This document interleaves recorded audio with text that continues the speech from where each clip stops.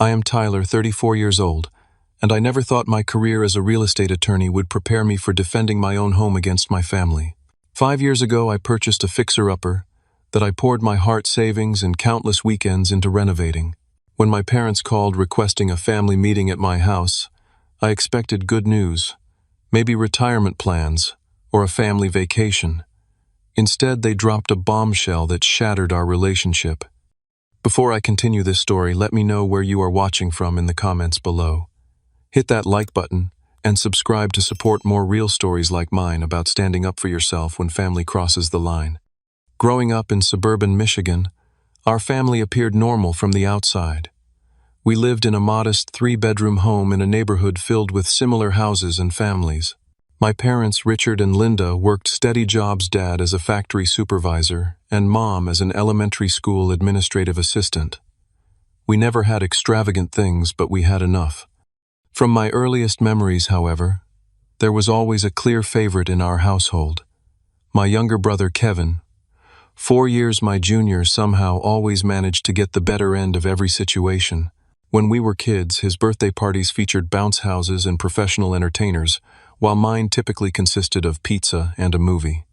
For Christmas, Kevin would receive the latest gaming console or expensive electronics, while I would get practical items like clothes or school supplies. I never understood what created this disparity. Maybe it was because Kevin was more outgoing and charismatic, always putting on performances and making people laugh. Perhaps it was because he struggled more in school, requiring more attention and support. Whatever the reason, the pattern continued throughout our childhood and teenage years. When it came time for college, I received minimal financial support from my parents. They contributed about $5,000 total over 4 years, claiming they simply could not afford more. I worked 2, sometimes 3 jobs while maintaining a full course load. Summers were spent working instead of relaxing. I graduated with student loans, but significantly less than most of my peers thanks to my constant work ethic. Kevin, on the other hand, had his entire undergraduate education funded. My parents took out a second mortgage to cover his expenses, including a comfortable apartment off campus rather than dorm living. When he changed majors 3 times, extending his college years, they continued supporting him without complaint. Despite these disparities, I persevered. After college, I worked for 2 years at a title company to save money for law school. Law school was entirely self-funded through a combination of scholarships, loans, and continuing to work part-time. I specialized in real estate law, finding satisfaction in helping people navigate one of the biggest investments of their lives. By age 29, I had established myself at a reputable firm in Grand Rapids. My hard work was paying off with a stable income and growing client base. That was when I decided to buy my first house, a milestone I had been dreaming of for years. The property I found was not impressive at first glance. A 1960s ranch-style home with 3 bedrooms, it had been neglected for years. The previous owners were an elderly couple who had been unable to maintain it properly before moving to assisted living. The carpets were stained. The kitchen was straight out of the 70s, with avocado green appliances, and the single bathroom featured pink tile that had seen better days. But beneath the outdated aesthetics and neglect, I saw potential. The structure was sound, the roof relatively new, and the location excellent, just 15 minutes from downtown in a quiet neighborhood with mature trees. At $180,000, it was within my budget while leaving funds for renovations. For the next 2 years, every weekend and many evenings were dedicated to transforming the house. I learned plumbing and electrical basics from online videos and workshops at the local hardware store. I demolished the kitchen myself, salvaging what materials I could to save money. The bathroom renovation took 6 weeks of showering at my gym. I replaced every inch of flooring, painted every wall, updated fixtures, and landscaped the previously overgrown yard.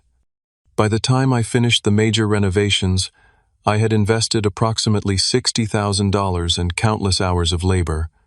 The result was a home that reflected my personal style and needs. The kitchen now featured custom cabinets I had built with a friend who was a carpenter, quartz countertops I found on clearance, and energy-efficient stainless steel appliances purchased during seasonal sales.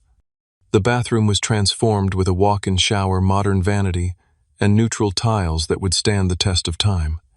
The 3rd bedroom became my home office with built-in bookshelves and a custom desk that spanned one wall. The backyard now featured a wooden deck I had designed and built myself perfect for summer barbecues and morning coffee. This house represented more than just property to me. It was physical proof of my independence and success achieved without handouts or special treatment. Every corner held memories of problems solved and skills learned. I had transformed it with my own hands, much as I had built my career and life through persistent effort. During this time, my relationship with my family remained cordial but distant. I visited for major holidays and called my parents every couple of weeks. Kevin had pursued a career in sales, moving between companies frequently. He married his college girlfriend Amanda shortly after graduation, and they quickly had 2 children, a boy and a girl, now aged 7 and 5. My parents retired when I was 32 with modest savings, and their house finally paid off. They seemed content with their simple lifestyle, occasionally traveling to visit friends or taking short domestic vacations. They frequently babysit for Kevin and Amanda, delighting in their role as grandparents. Last year I heard through family conversations that Kevin and Amanda were having marital problems. The details were vague, but it appeared to involve financial stress and potential infidelity on his part. I kept my distance from the situation, having learned long ago that inserting myself into Kevin's problems only led to somehow being blamed for them. 3 months ago, their divorce was finalized. Kevin moved into a small apartment, while Amanda remained in their rented house with the children. Child support and shared custody arrangements were established, though I gathered from my parents that Kevin was already struggling to meet his financial obligations. Around this same time, I noticed an increase in family contact.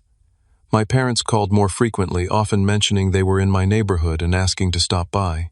These visits always included extensive compliments about my house, questions about the neighborhood, and comments about how much space I had for just one person. Kevin also began reaching out more, suggesting we rebuild our brotherly bond. After years of minimal contact, these sudden efforts struck me as unusual, but I cautiously welcomed the apparent desire to improve our relationship. During his visits, he would often comment on specific features of my home, asking detailed questions about the renovation costs and current property values in the area. 2 weeks ago, my father called with an unusually formal request. He asked if we could have a family meeting at my house the following Sunday afternoon. When I inquired about the purpose, he vaguely mentioned some important family matters that needed discussion. Something in his tone made me uneasy, but I agreed, thinking perhaps they wanted to discuss healthcare directives or other retirement concerns. As the day approached, my parents called twice more to confirm the meeting, emphasizing that Kevin would also be attending and that it was extremely important that we all be present. The seriousness in their tone triggered mild anxiety, but I could never have anticipated what they actually had in mind. The Sunday of our family meeting arrived with perfect early autumn weather. I spent the morning cleaning my already tidy house, vacuuming the hardwood floors, and dusting the shelves lined with law books and framed photographs. Though my parents had not mentioned food, I prepared a simple spread of cheese crackers, fruit, and homemade cookies, along with coffee and tea options. I wanted everyone to feel comfortable despite my lingering unease about the mysterious agenda. At precisely 2 in the afternoon, the doorbell rang. I opened the door to find not just my parents and Kevin, but also his 2 children, Ethan and Sophie. This was unexpected, as no one had mentioned the kids would be joining us. Kevin stood behind them with an overnight bag slung over his shoulder, as though they were planning to stay. My mother hugged me tightly. "Your home looks absolutely beautiful, Tyler. You have done such amazing work here," she said, her eyes scanning the entryway and living room beyond. My father clapped me on the shoulder with unusual enthusiasm. "Son, this place gets better every time we visit. You have created something special here." Kevin guided his children inside, not meeting my eyes directly. "Kids, this is Uncle Tyler's house. What do you think?" 7-year-old Ethan looked around with wide eyes. "It is bigger than our apartment." 5-year-old Sophie nodded in agreement. "Do you have a playroom, Uncle Tyler?" Before I could answer, Kevin interjected. "Maybe you will have your own rooms here someday. Would you like that?" The comment struck me as odd, but I brushed it aside, attributing it to casual conversation. I showed everyone to the living room, where I had arranged seating and placed the refreshments on the coffee table. The children immediately gravitated toward the cookies, while the adults settled into the couches and armchairs. "So what is this important family discussion about?" I asked, pouring coffee for my parents and offering Kevin a drink. My father cleared his throat and sat up straighter, adopting what I recognized as his business meeting posture from when he would practice presentations at home during his working years. "We thought it would be best to discuss this all together as a family unit." My mother nodded in agreement, her hands folded primly in her lap. Family is the most important thing after all. Kevin had positioned himself in my favorite reading chair, the one with the best view of the backyard. He was running his hand along the arm of the chair, almost possessively. "The kids really need stability right now, with everything they have been going through with the divorce." I noticed him exchanging glances with my parents, a look of shared understanding passing between them that excluded me.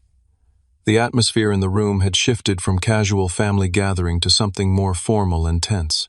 My father kept straightening his shirt collar, a nervous habit from his working days, when he was about to deliver difficult news to his team. "Tyler," my mother began, "you have done so well for yourself. Your career is thriving, and this house is absolutely wonderful. We are so proud of how you have established yourself," my father added, though his tone lacked the warmth such a statement should carry. Kevin nodded along, then said, "Not everyone has been as fortunate, though. Some of us have had some setbacks." My parents looked at Kevin with such sympathy that I felt a twist of discomfort in my stomach. I had seen this dynamic countless times growing up, the rallying around Kevin whenever he faced consequences of his own making. "These past few months have been very challenging," my mother said, reaching over to pat Kevin's knee. "With the divorce and having to move out of his house, Kevin has been struggling to provide the kind of home his children deserve." My father nodded solemnly. "Family legacies and supporting the next generation are what truly matter in life. Property is just property, but what we do with it can make all the difference for our loved ones." Kevin jumped in. "The apartment I am renting barely has room for the three of us when I have the kids. Ethan and Sophie are sharing a tiny bedroom. It is no way for children to live." The children, who had been quietly eating cookies and seemingly ignoring the adult conversation, perked up at the mention of their names. "I want my own room," Ethan declared, "with space for my Lego table." Sophie nodded enthusiastically. "And I want pink walls and a princess bed." Kevin smiled at his children, then looked pointedly around my living room. A house like this would give them exactly what they need: room to grow and be happy. The direction of the conversation was becoming clearer, sending a chill down my spine. My father suggested we all move to the dining room table to discuss matters properly. As we relocated, I noticed Kevin taking a detour through the hallway, opening doors and peering into rooms as if conducting an inspection. The children followed him, pointing at things and whispering. Once we were all seated at the dining table, my father folded his hands in front of him like he was about to begin a formal meeting. My mother sat beside him, nervously adjusting her necklace.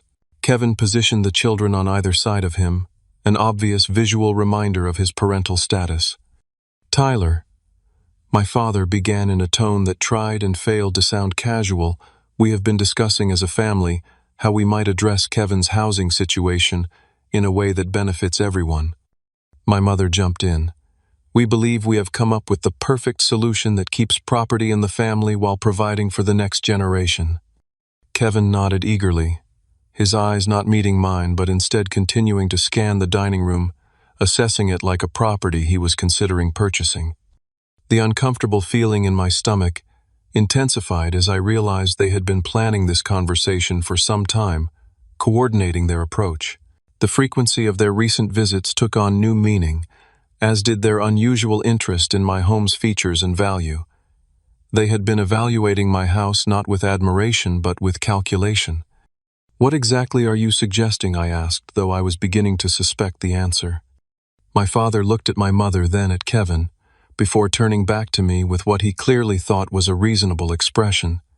"We believe the most sensible solution would be for you to give this house to Kevin and the children." I am sorry, what I asked, certain I had misheard. The dining room suddenly felt airless, as though all oxygen had been sucked out in an instant. My father maintained his business-like demeanor. "We think you should sign over your house to Kevin. He needs a stable home for the children, and you are in a position to provide that." This house would be perfect for them, my mother added, gesturing around the dining room. 3 bedrooms, the nice backyard for the children to play in the excellent school district. It makes perfect sense. I stared at them, waiting for someone to crack a smile and reveal this was an elaborate joke. No one did. Instead, Kevin nodded along with my parents' words, while his children began discussing which bedrooms would be theirs. I want the big one at the end of the hall, Ethan announced. That is Tyler's master bedroom, my mother told him with an indulgent smile. But I am sure once Uncle Tyler moves his things out, your daddy can help you set it up however you like. Moves his things out, I echoed, my voice sounding distant to my own ears. You cannot be serious. This is my home. I bought it. I renovated it. I paid for it. My father frowned slightly, as though I was being unnecessarily difficult. Now, Tyler, we understand this would be an adjustment, but family needs to support family. Kevin is going through a difficult time, and he has the children to consider. And where exactly am I supposed to live? I asked, still struggling to process the audacity of their proposal. You could easily find an apartment, my mother suggested brightly. With your income, it would be no problem at all. You are just one person after all. You do not need all this space. Kevin finally spoke directly to me. It would only be temporary until I get back on my feet, maybe a year or 2. The casual way he suggested I should surrender my home for a year or 2 struck me as so disconnected from reality that I nearly laughed. I had spent 2 years renovating this house, customizing every detail to my preferences and needs. The idea that I should simply walk away from it because my brother had once again created problems for himself was beyond comprehension. This is not happening, I said firmly. I am not giving away my house. Not to Kevin, not to anyone. My father's expression hardened. We are not asking you to give it away. We are asking you to give it to family. There is a difference. A huge difference, my mother emphasized. This stays in the family. It is not like you are losing it. Except I would be losing it, I countered. I would no longer own the home I worked for years to buy and renovate. I would no longer live in it. How is that not losing it? Kevin leaned forward, his tone taking on an edge I recognized from childhood arguments when he did not get his way. You always were selfish, Tyler. Some things are more important than property, like family, like my kids having a stable home.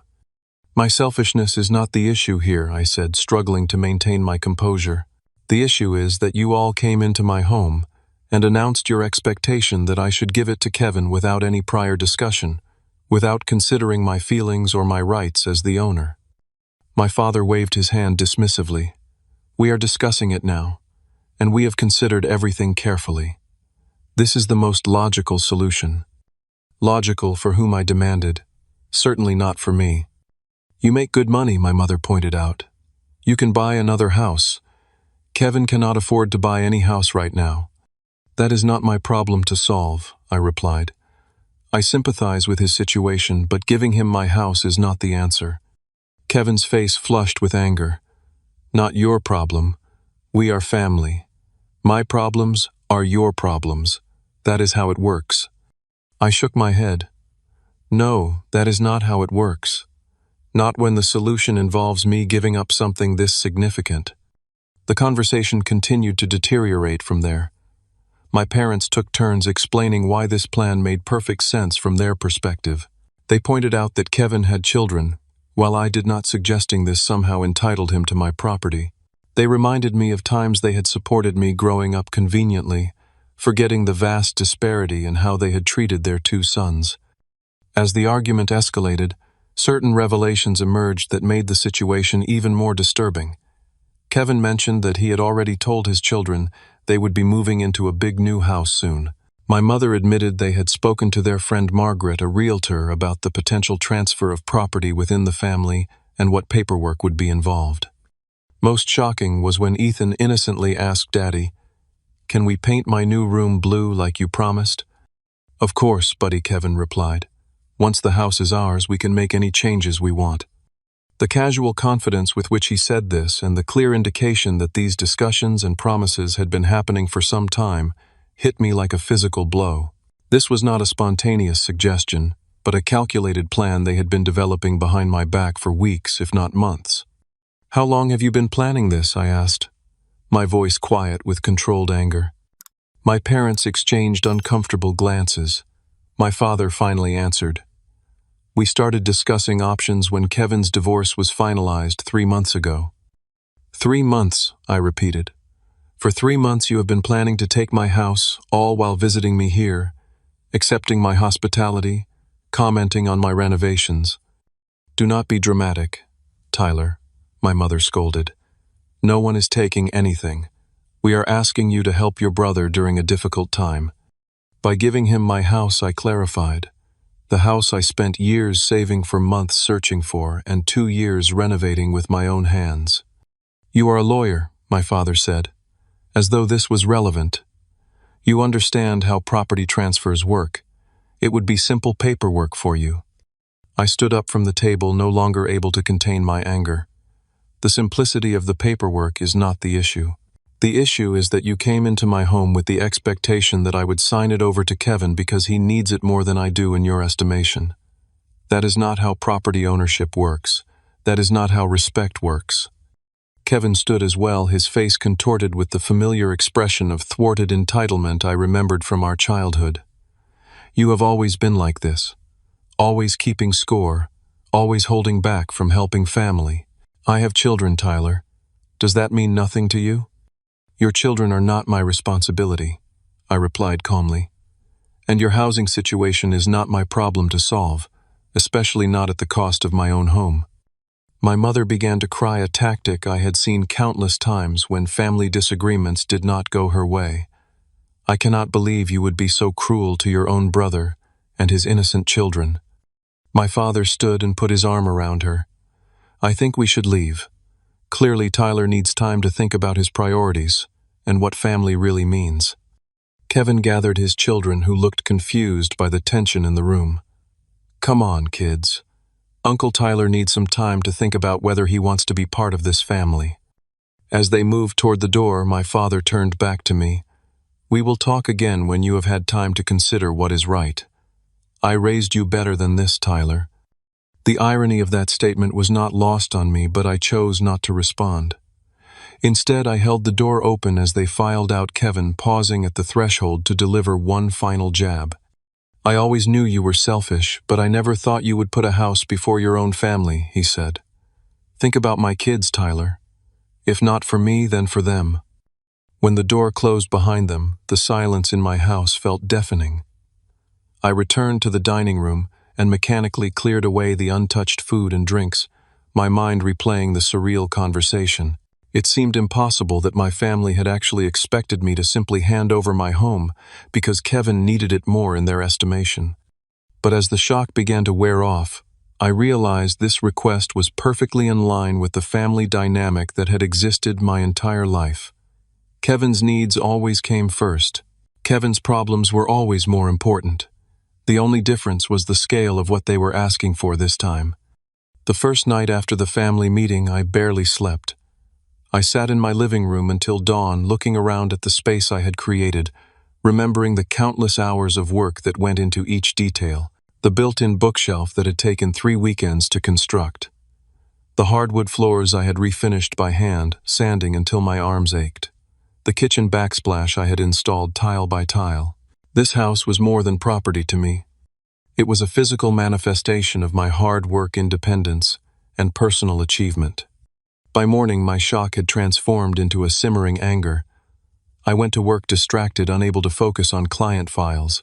My assistant noticed my unusual demeanor but respectfully kept her distance after I brushed off her concerned inquiries. At lunch, my phone began buzzing with text messages from extended family members. An aunt I rarely spoke with asked why I was being so difficult about helping Kevin out. A cousin questioned whether I really needed such a big house for just one person. It became clear that my parents had wasted no time in sharing their version of events with the wider family circle. By evening, my voicemail was full of messages.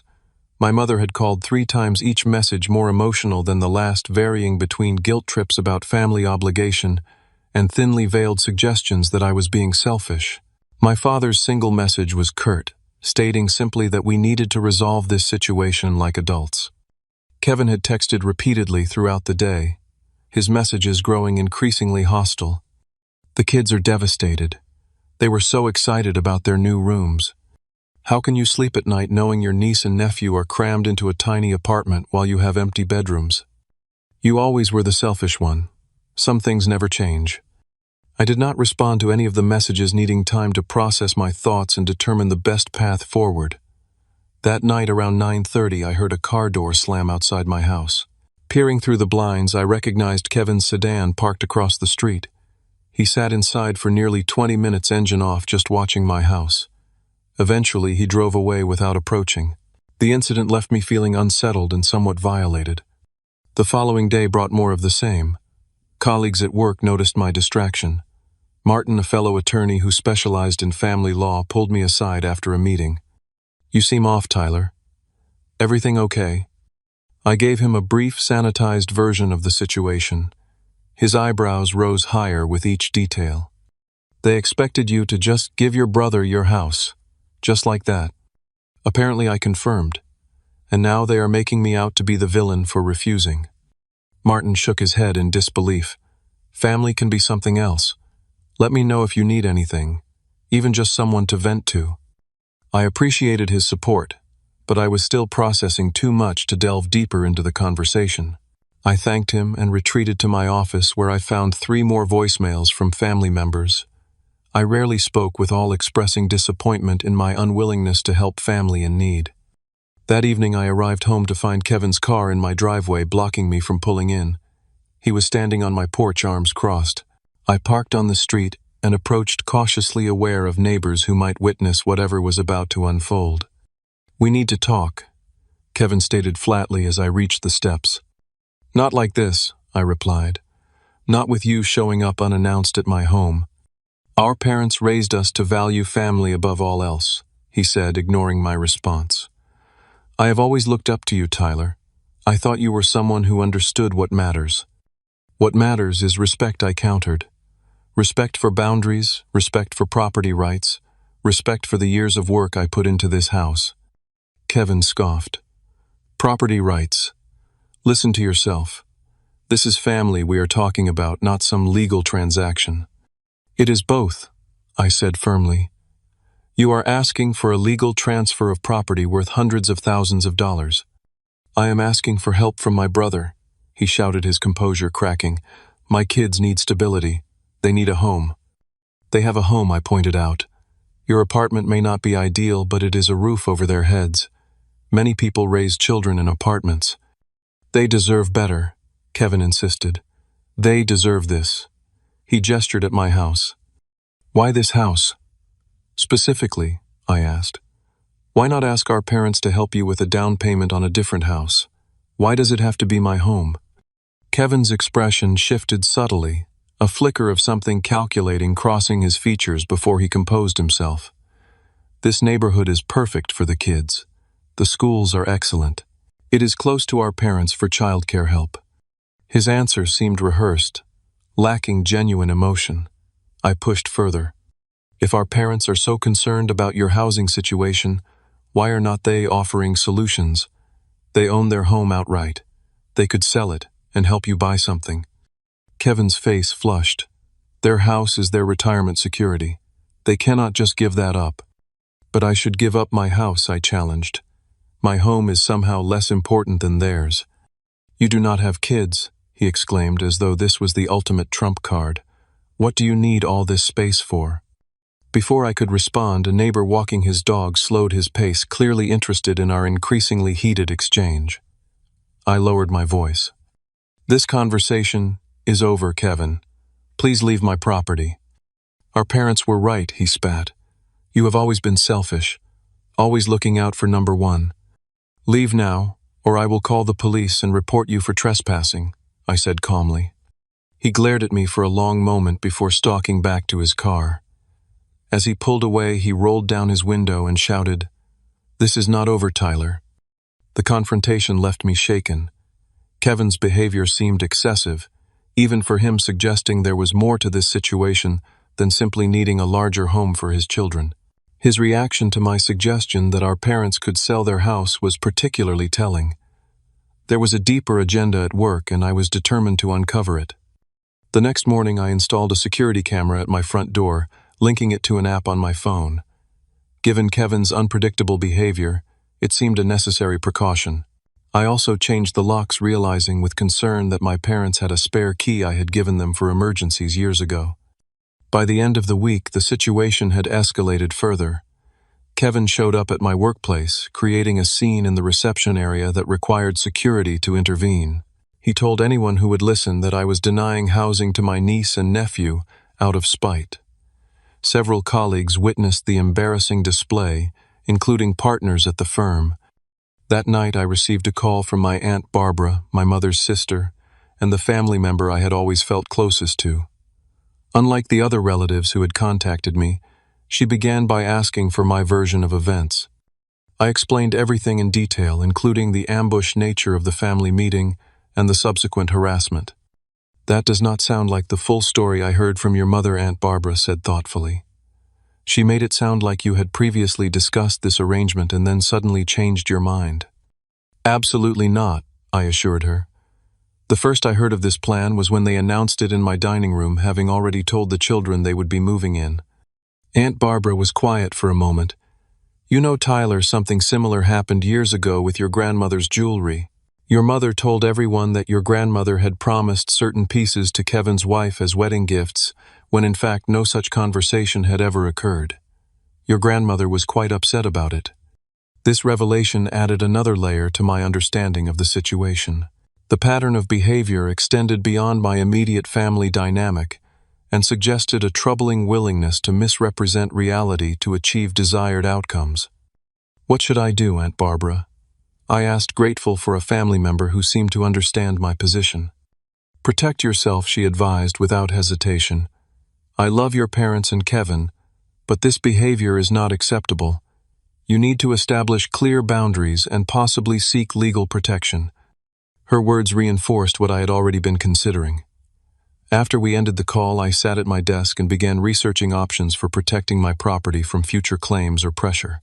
As a real estate attorney, I was familiar with various forms of property ownership and transfer restrictions, but I had never thought I would need to apply this knowledge to protect my home from my own family. The following day brought another disturbing development. I received an email from a local realtor confirming an appointment to evaluate my home for a potential listing. I had made no such appointment. When I called the realtor to clarify, she explained that she had been contacted by Kevin, who claimed to be helping me sell my house and needed a market valuation. This unauthorized action crossed a line from emotional manipulation into potential fraud. I immediately called Kevin and left a voicemail making it clear that any further misrepresentation of his authority regarding my property would result in legal action. I also contacted the realtor to explain the situation and ensure no further communication occurred without my direct involvement. That weekend, I noticed Kevin's car driving slowly past my house 3 separate times. The security camera captured him walking up to my porch late Saturday night, peering through windows before leaving when a neighbor's motion sensor light activated. Sleep became elusive. I found myself checking the security camera app multiple times during the night, startling at every sound. The stress began affecting my work performance, and I realized I could not continue in this holding pattern. I needed to take definitive action to protect my property and my peace of mind. Monday morning, I arrived at work early and sought out Christine, a colleague who specialized in trust and estate law. Her expertise in asset protection strategies would be valuable in my increasingly complicated situation. "An irrevocable trust," Christine repeated after I explained what I was looking for. "That is quite a significant step, Tyler. Once you place your home in such a trust, you cannot simply change your mind later." "I understand," I assured her. "But given the circumstances, I need something that will provide absolute protection from family pressure or claims." Christine nodded thoughtfully. "An irrevocable trust would certainly accomplish that. Once the property is in the trust, you no longer technically own it, though you can continue to use and enjoy it according to the trust terms. It would make it legally impossible for you to transfer the house to your brother, even if you later decided you wanted to." "That is exactly what I need," I said. something that takes the decision completely out of my hands. She pulled out a legal pad and began taking notes. We would need to establish clear terms for the trust. You would name trustees other than yourself, possibly including a corporate trustee for additional protection. We would define the beneficiaries and conditions for eventual distribution of the property. How quickly can we set this up? I asked. For something this important, we should not rush, Christine cautioned. However, given the situation you have described, I understand the urgency. If we focus exclusively on this, we could potentially have everything prepared within 2 weeks. 2 weeks seemed like an eternity given the ongoing pressure from my family, but I recognized the need for thoroughness in establishing a legal structure that would provide lasting protection. Let us proceed, I decided. In the meantime, is there any temporary protection I can put in place?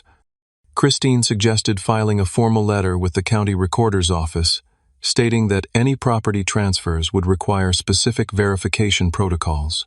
While not foolproof, it would create an additional hurdle against fraudulent attempts to transfer the property. Over the next several days, I gathered all documentation related to my home: the original purchase agreement, mortgage documents, records of all renovations and improvements, property tax assessments, and current market valuations.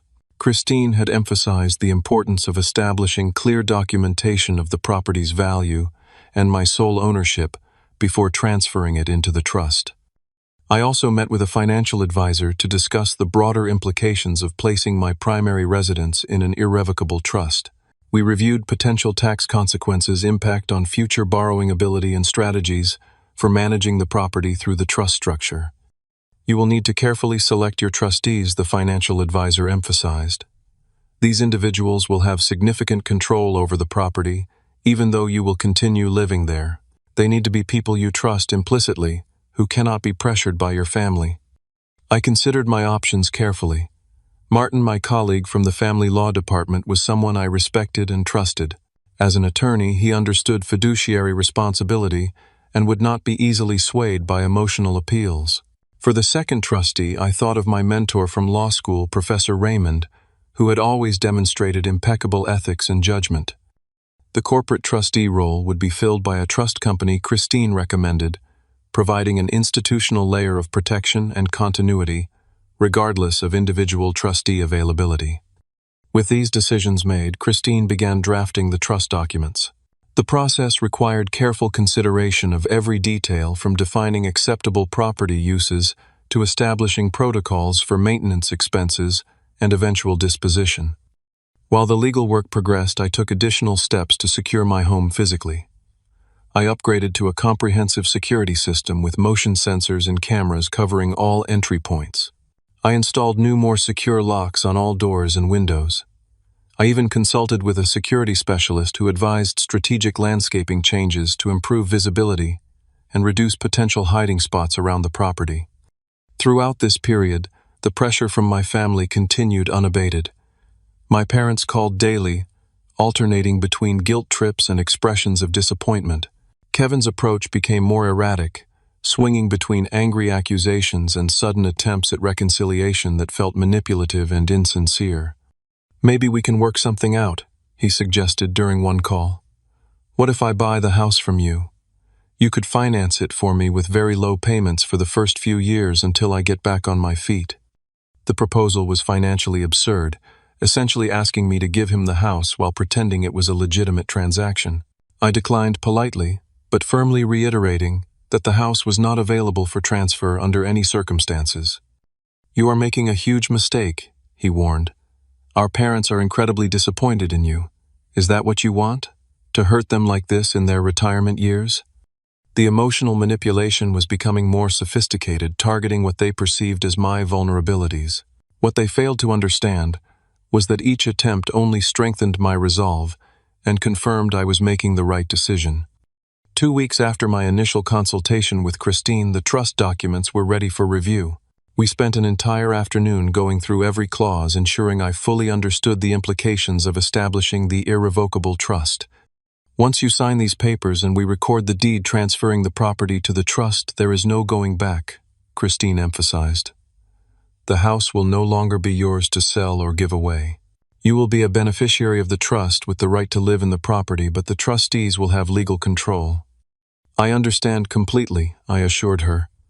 That is exactly the protection I need. The following day, Martin and Professor Raymond joined us to review their responsibilities as trustees. Both had agreed to serve in this capacity after hearing a summarized version of the situation.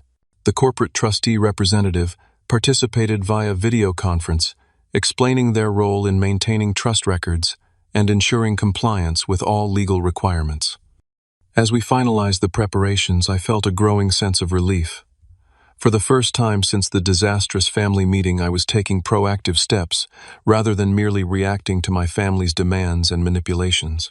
The trust would create an immovable barrier against their pressure, one that could not be overcome by guilt trips or emotional appeals. The day we signed the trust documents and filed the new deed, I felt as though a weight had been lifted. The house was now legally held by the Tyler Bennett Residential Trust, with clear provisions for my continued residence and eventual disposition of the property, according to my wishes, not anyone else's demands. Christine provided me with formal letters to send to my family members explaining in legal terminology that the property had been placed in an irrevocable trust and was no longer available for transfer under any circumstances. The letters were carefully worded to be factual rather than confrontational, simply stating the new legal reality. Now what I asked Christine as we left the county recorder's office. Now you invite them to a meeting, she suggested, on neutral ground, not in your home, and I strongly recommend having legal representation present. The prospect of another family confrontation was daunting, but I recognized the necessity of formally communicating the new situation. It was time to reclaim control of the narrative and establish clear boundaries for moving forward.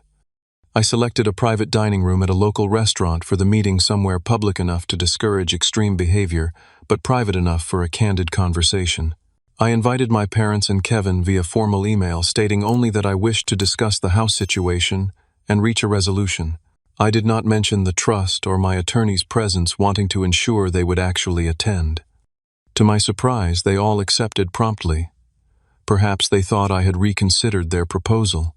Perhaps they saw this as an opportunity to apply renewed pressure in a public setting where I might feel uncomfortable creating a scene. Whatever their reasoning, the meeting was set for Saturday afternoon.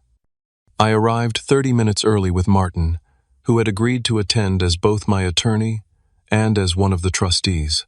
We selected seats facing the door and arranged the table so that water glasses and bread baskets would not obstruct the recording device Martin had brought.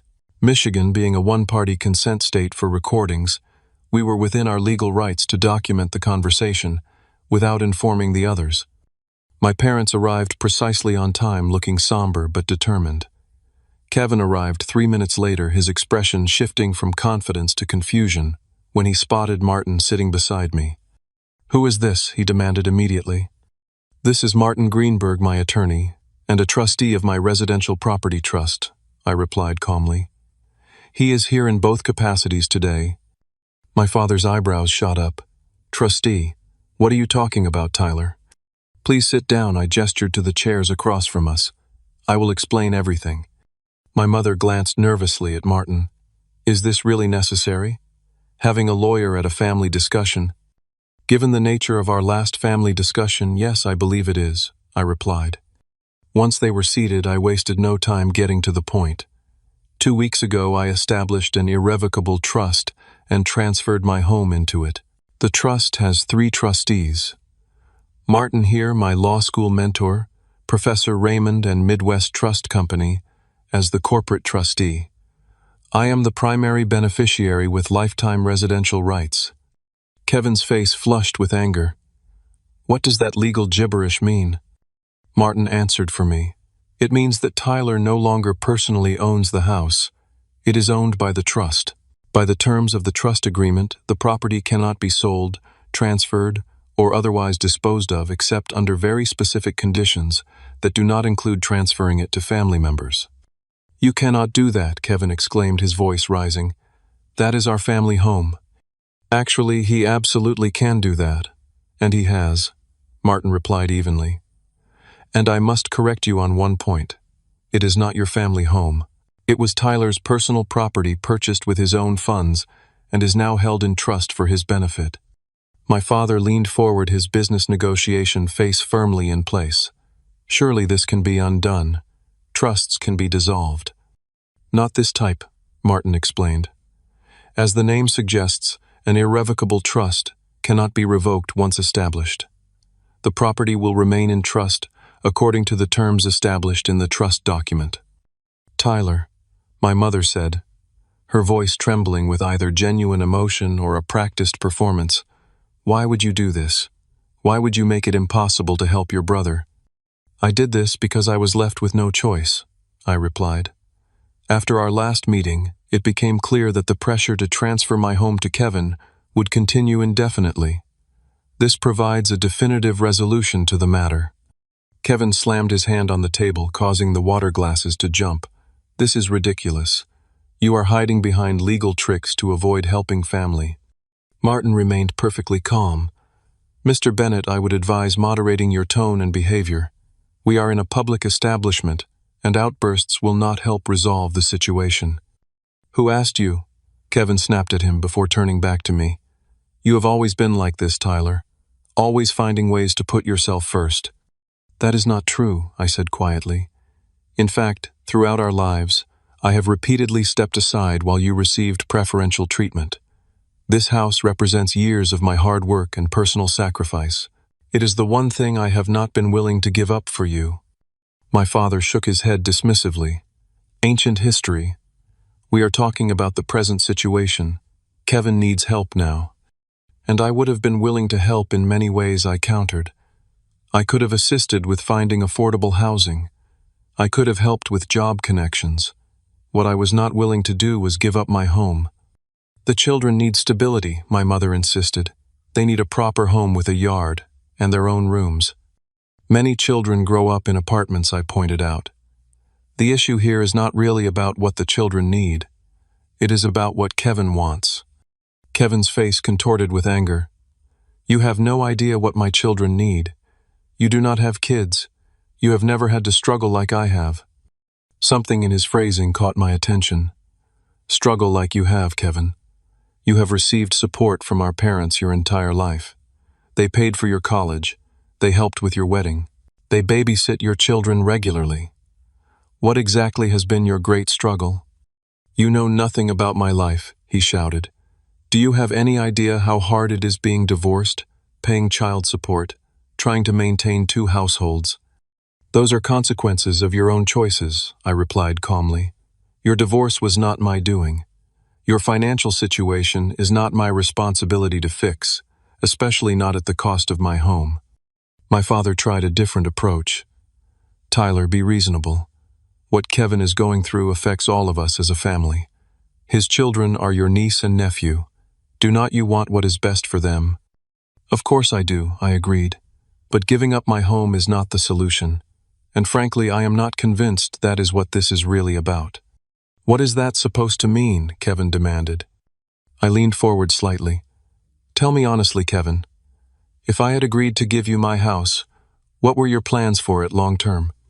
A flicker of something passed across his face, too quick to identify, but enough to confirm my suspicions. I told you, he said defensively, to provide a stable home for my children. And you would have lived there indefinitely, I pressed. No plans to sell it once you had clear title? Kevin's hesitation was brief but telling. My mother jumped in quickly. Of course he would live there. That was the whole point. But I kept my eyes on Kevin, who could not quite meet my gaze. The property values in my neighborhood have increased significantly since I purchased and renovated. The house is likely worth at least $100,000 more than what I paid originally. That equity would be quite tempting for someone in financial difficulty, would not it? You are being paranoid, Kevin scoffed, but his eyes darted away. Martin cleared his throat. Actually, we took the liberty of checking recent credit reports and court filings. Mr. Kevin Bennett currently has 3 outstanding civil judgments against him for unpaid debts, and his credit report shows multiple accounts in collections. His financial situation appears significantly more precarious than simply struggling with divorce expenses. Kevin's face went from red to white. You had no right to dig into my personal finances. We had every right to investigate potential motivations when significant property interests were at stake, Martin replied calmly. My father looked genuinely confused. Kevin, what is he talking about? What judgments? Kevin shifted uncomfortably. Just some business deals that did not work out. Nothing important. $28,000 in unpaid business loans is quite significant, Martin noted, as is $15,000 in credit card debt currently in collections. My mother turned to Kevin in shock. You never mentioned any of this. It was not relevant, Kevin muttered. It seems extremely relevant when you are asking for a house worth over $300,000, I pointed out. Were you planning to take out a home equity loan once the property was in your name? Or perhaps sell it outright? Kevin's silence was all the confirmation needed. My parents looked between us, their expressions suggesting they were processing this new information. The point is moot now anyway, Martin interjected smoothly. The property is in an irrevocable trust. It cannot be transferred to Kevin or anyone else outside the specific terms of the trust. This is not over, Kevin declared, standing abruptly. There must be a way to break this trust thing. There is not, Martin assured him. And any attempt to contest the trust would only result in significant legal expenses with no possibility of success. We will see about that, Kevin threatened, but his bravado sounded hollow. As he stormed out of the private dining room, my parents remained seated, looking suddenly older and uncertain. We did not know about Kevin's financial problems, my father said quietly. He told us he was managing fine aside from the adjustment to paying child support. Did you ever actually ask him directly about his finances before suggesting he should have my house? I asked. They exchanged uncomfortable glances. We took him at his word, my mother admitted. Just as you have always done, I noted, without malice, simply stating a pattern I had observed throughout our lives. Perhaps we should have asked more questions, my father acknowledged reluctantly. The admission, small as it was, felt like a significant shift. For perhaps the first time they were seeing Kevin's situation with clearer eyes, not automatically accepting his narrative or prioritizing his needs above all else.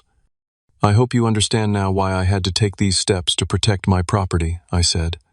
This was never about refusing to help family. It was about preventing my home from being taken under false pretenses. My mother dabbed at her eyes with a napkin. We never meant to take anything from you, Tyler. We truly thought this was a solution that would help everyone. By having me give up my home, I reminded her gently, that would not have helped me at all. I suppose we did not think through all the implications, my father admitted. No, I agreed. You did not.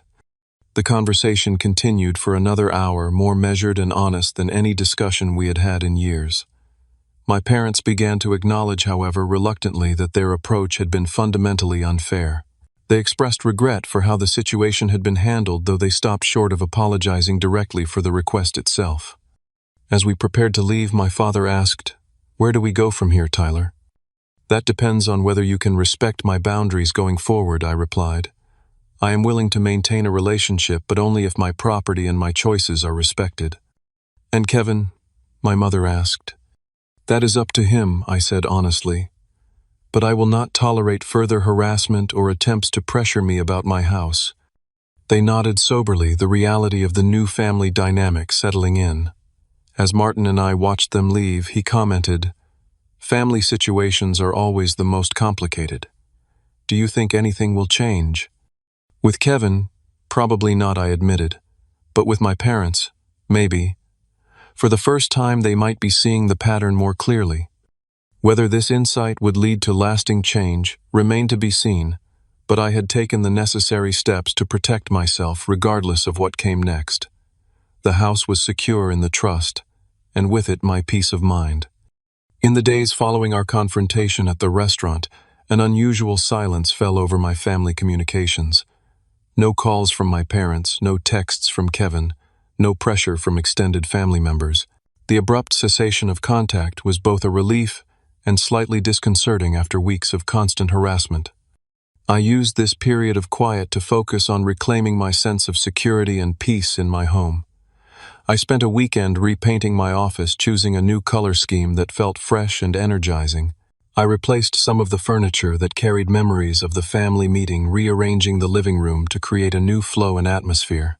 These small changes helped me psychologically reclaim the space as my own. 2 weeks after our meeting, I received a text message from my father. "Your mother and I have been doing some thinking. Can we talk sometime?" I agreed to meet them for lunch the following weekend, specifying a public restaurant to maintain neutral territory. I arrived to find only my parents, no sign of Kevin. They looked tired, but composed, lacking the righteous certainty they had displayed during our previous encounters. "We owe you an apology," my father began once we were seated, surprising me with his directness. "We should never have put you in that position. We got caught up in trying to solve Kevin's problems," my mother added. "We did not stop to think about how unfair our request was to you." Their apology, while welcome, felt somewhat incomplete. They were sorry for how they had approached the situation, but I sensed they still did not fully grasp the deeper issue of the lifetime pattern of favoritism toward Kevin. "What made you reconsider?" I asked. My father hesitated before answering. "After the meeting, we asked Kevin directly about the financial judgments your attorney mentioned. He admitted they were real but tried to minimize their significance. When we pressed for details, he became defensive and eventually stormed out. We started looking more closely at things after that," my mother continued. "We spoke with Amanda, who told us Kevin had been hiding financial problems throughout their marriage. Apparently, his spending habits were a major factor in their divorce. This revelation did not surprise me. Kevin had always lived beyond his means, expecting others to bail him out when consequences caught up with him. We also realized something about ourselves," my father admitted reluctantly. "We have always rushed to fix things for Kevin without holding him accountable. It has not really helped him in the long run." This acknowledgement, however belated, felt significant. It suggested the possibility of a shift in the family dynamic that had defined our relationships for decades. "I appreciate your apology," I said sincerely. "Moving forward, I need to know that my boundaries will be respected." "They will be," my mother promised. "We were wrong to ask you to give up your home. It is yours and you worked hard for it." "What about Kevin?" I asked. "Where does he stand in all this?" My parents exchanged uncomfortable glances. "He is still angry," my father confessed. "He believes you have abandoned the family by not helping him." "That is his perspective," I replied evenly. "My perspective is that I have simply protected what is rightfully mine." "We understand that now," my mother assured me. "We have told Kevin that we will not support any further attempts to pressure you about your house." Whether Kevin would accept this new boundary remained to be seen, but my parents' shift in perspective was a positive development. We finished lunch with cautious conversation about neutral topics. The tension noticeably reduced, though not entirely gone. Over the next 6 months, a new pattern gradually emerged in our family interactions. My parents and I began rebuilding our relationship on more balanced terms. They visited my house occasionally, but these visits now carried a different energy, free from the calculating assessment I had sensed before. They no longer commented on the space or suggested it was excessive for one person. Instead, they simply appreciated it as my home, respecting the work and care I had invested in it. Kevin remained distant, declining to attend any gathering where I would be present. He had apparently found a larger apartment in a different neighborhood and had moved his children there. According to my parents, he was working with a financial counselor to address his debt issues, though whether this was by choice or necessity was unclear. The irrevocable trust continued to serve its purpose, providing both practical protection for my property and psychological reassurance for me. Knowing that my home was legally secure allowed me to focus on other aspects of my life that had been neglected during the family crisis. I began attending a weekly therapy session, working through the complex emotions stirred up by the conflict. The therapist helped me recognize patterns from childhood that had conditioned me to doubt my right to maintain boundaries with family. Through these sessions, I developed stronger skills for asserting my needs without guilt or apology. I also expanded my social circle, reconnecting with old friends and making new ones through community activities. I joined a local recreational basketball league and a book club, creating connections based on shared interests rather than obligation. These relationships, built on mutual respect and choice rather than familial duty, brought a refreshing dynamic to my life. About a year after the trust was established, my parents invited me to dinner at their home. To my surprise, Kevin was also present. The atmosphere was tense but civil. Kevin acknowledged me with a nod but little else. Throughout dinner, he remained mostly quiet, offering minimal responses when directly addressed. After dinner, as my parents cleared the table, Kevin and I found ourselves momentarily alone in the living room. "I still think you were wrong," he stated flatly. "Family should help family." "I agree with that principle," I replied calmly.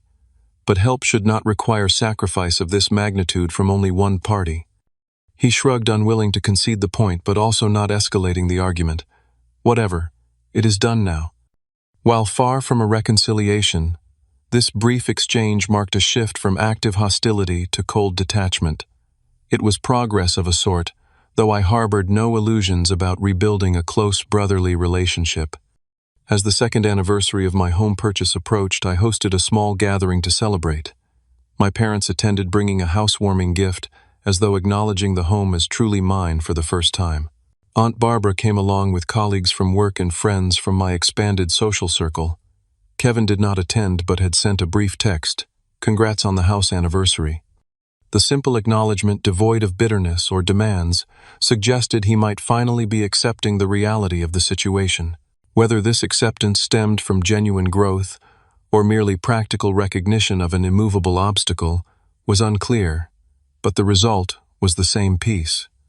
Looking around at the people gathered in my living room that evening, I felt a profound sense of gratitude. My home remained my sanctuary, protected by legal structures, but more importantly, by my own willingness to stand firm in the face of pressure.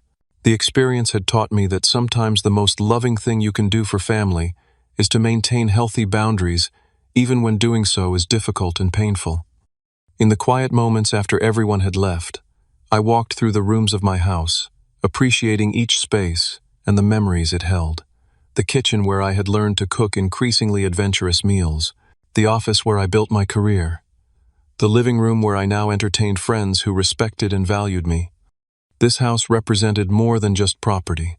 It embodied my journey toward self-respect and the courage to protect what mattered to me. In refusing to give it away, I had ultimately given myself something far more valuable: the knowledge that I could stand firm in my convictions, even against the people who had known me my entire life. The irrevocable trust had secured my home legally, but the true security came from within, from the personal boundaries I had established and defended. That was a foundation no one could take away, a lesson I would carry forward into all my relationships. Life continues to evolve, as do family dynamics. My parents and I maintain a relationship that, while not perfect, is more honest than before. Kevin and I interact minimally, but without active conflict, and I continue to build a life that reflects my values and priorities, not the expectations of others. Have you ever had to defend your boundaries against family pressure? How did you handle it? Let me know in the comments below. If this story resonated with you, please hit that like button and subscribe to hear more real-life experiences about navigating challenging family dynamics. And if you know someone who might benefit from this story, share it with them. Sometimes knowing we are not alone in these struggles makes all the difference. Thank you for listening, and remember that standing up for yourself is not selfish. It is necessary for authentic relationships.